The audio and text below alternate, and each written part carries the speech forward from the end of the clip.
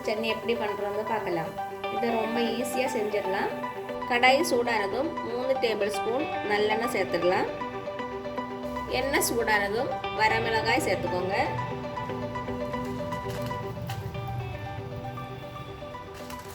இது நல்லா வறுத்து எடுத்துடலாம்.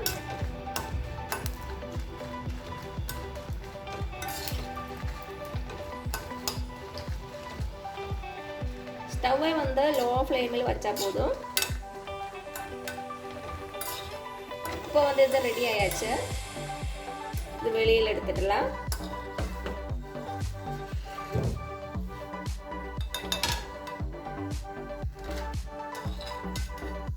நெக்ஸ்ட் பூண்டு சேர்த்து 2-3 நிமிஷம் வதக்கிடலாம்.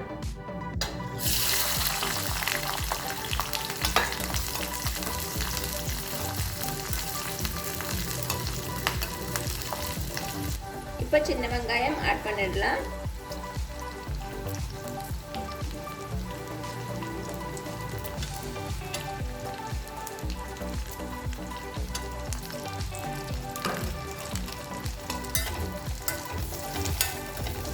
நல்லா வதங்கட்டும்.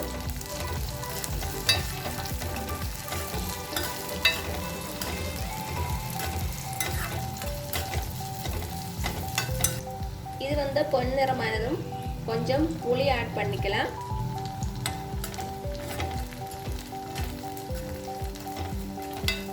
இப்போ இது ரெடி ஆயாச்சு.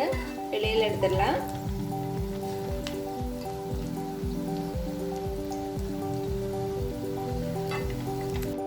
இது நல்லா ஆறட்டும். ஆறுனதுக்கு அப்புறமா மிக்ஸி ஜாரில் சேர்த்து அரைக்க போகிறோம். ஃபஸ்ட்டு வந்து வரமிளகாய் அரைச்சி எடுத்துடலாம்.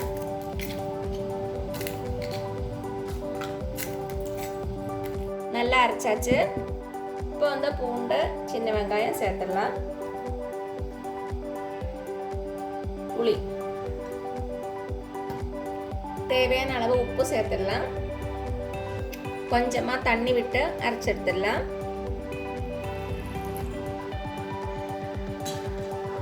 நல்லா ஃபைன் பேஸ்ட்டாக அரைச்சாச்சு. அடுத்தது இது வந்து தாளிச்சு எடுத்துடலாம்.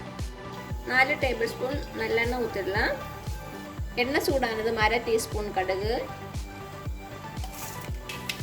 அப்புறம் கொஞ்சம் உளுத்தம் பருப்பு, கறிவேப்பிலை ஆட் பண்ணிக்கலாம்.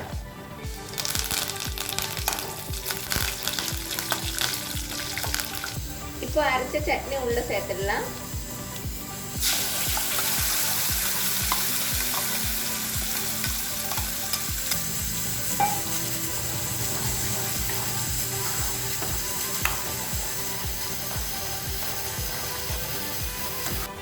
மீடியம் ஃப்ளேமிலே வச்சு 2-3 நிமிஷம் வதக்கி விட்டு எடுத்துக்கலாம்.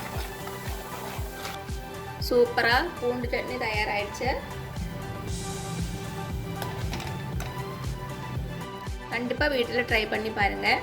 உங்களுக்கு இந்த வீடியோ பிடிச்சிருந்துச்சுன்னா மறக்காமல் சப்ஸ்கிரைப் பண்ணுங்கள், லைக் பண்ணுங்கள், ஷேர் பண்ணுங்கள். தேங்க்யூ.